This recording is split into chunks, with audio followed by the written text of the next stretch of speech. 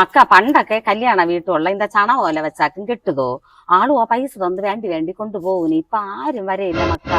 ഇപ്പൊ വാള കൊലകളയില്ലേ കെട്ടൂനുമേ, അതുകൊണ്ടാക്കാൻ വരാ. അമ്മ പുപ്പൻ ചിത്തിക്ക വീട്ടിലെ പാല് കാച്ചോ, നമുക്ക് എന്നെങ്കിലും കൊടുക്കണ്ടേ അമ്മ?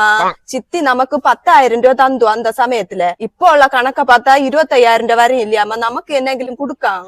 ആന തൂറും പോലെ ആട്ടുകുട്ടി തൂറോക്ക് പറ്റേയും.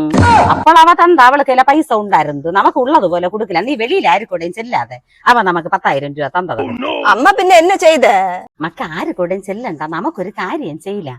ഒരു കവറിലെ 10,000 രൂപയും വെച്ച് ഒരു കവറിലെ 500 രൂപയും വെച്ച് കൊണ്ടുപോകില്ല മക്ക. എളുത്തെങ്കിൽ 10,000 രൂപ കൊടുക്കില്ല, ഇല്ലെങ്കിൽ അന്ത 500 രൂപ കൂട്ടത്തിൽ അങ്ങ് കയ്യില് കൊടുത്തോണ്ട് വല്ലാം. இந்த ஐடியா கொள்ளா அம்மா. இன்னாள் ஒரு கல்யாண வீட்டுல அம்மா இப்படி கொடுத்த இல்லையா? മക്ക നീ പഠിച്ചു വെച്ചുക്കോ. എങ്ക ഒരു ആവശ്യത്തേക്ക് വിളിച്ചാലും 2 രീതിയിലെ കൊണ്ടുപോകണം, ഒരു കവറും കൊണ്ടുപോകണം. എളുത്തെങ്കിൽ 500 രൂപ കൊടുക്കുന്നടത്തെ 500 രൂപ കൊടുക്കണം, അല്ലെങ്കിൽ 100 രൂപയെ കവറില വെച്ച് കൂട്ടത്തിൽ അങ്ങ് കൊടുക്കണം മക്ക. நான் இனி கல்யாணம் கழிஞ்சு அம்மையை பார்த்து எல்லாம் படிச்சு வச்சேன் இல்லையா? நான் அதே போல செய்வேன் அம்மா. ഓ അതേപോലെ ചെയ്താ മതി.